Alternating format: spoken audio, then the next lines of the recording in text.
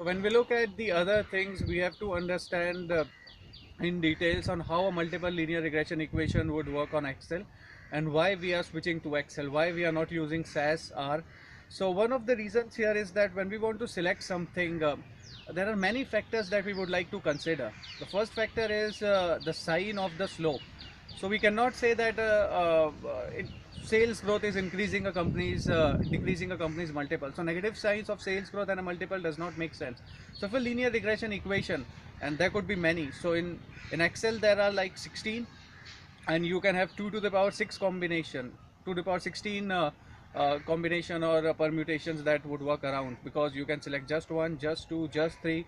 When you select three, you can have 3C2. So it's an equation of NC0, NC1, NC2, NC3 upon NCN. So it's 16C0, 16C1. 0 does not make sense because ultimately you are selecting one dependent. Uh, we'll have 16C1, 16C through, and when you sum this all, it would be like 2 to the power 16. So we can have 2 to the power 16, and getting this into a simulation engine and making all those steps, like which factors you don't want negative.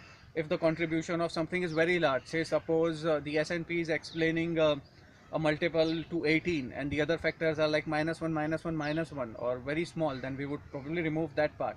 So we'll have constraints. I'm talking about these constraints one by one. The first constraint here is that if you have a multiple of a company that is say 15, if Google is trading at an EV by EBITDA multiple of 15, you would probably take a multiple regression equation where these contribution are correct in their proportion as well as they are correct in their signs. So therefore you cannot make this engine very algorithmic kind of, because you still want to choose. So you'll still want to have those true false so that you can tick on and see how the multiple regression is going. The important part here is that you want to make sure the contribution is reasonable. You want to make sure the signs of these coefficients are reasonable. You want to make sure the R square is good enough. So when you make all of these, you can say that okay, 16 EV by beta multiple of Google, it's explained 5 units by sales growth, 3 units by return of capital, 2 units by leverage, 3 units by market, or how S&P is going to behave, so that you can sensitize your model and you can say that okay, if I increase, if the market goes up 10%, sales remains as it is, then how is their multiple going to change? How is their share price going to change? This is a backward looking model, not a future looking model. So you cannot still predict the future price, but and also this is through the cycle. So you cannot predict this model, or you cannot use this to trade to actually take a trading bet, because you don't know which point you are at in the cycle. So not useful for trading, but very good where you want to explain a company how, what would happen if they increase their sales, what would happen if they increase their leverage, what would happen if they increase their payout ratios, increase their dividend, and things like that.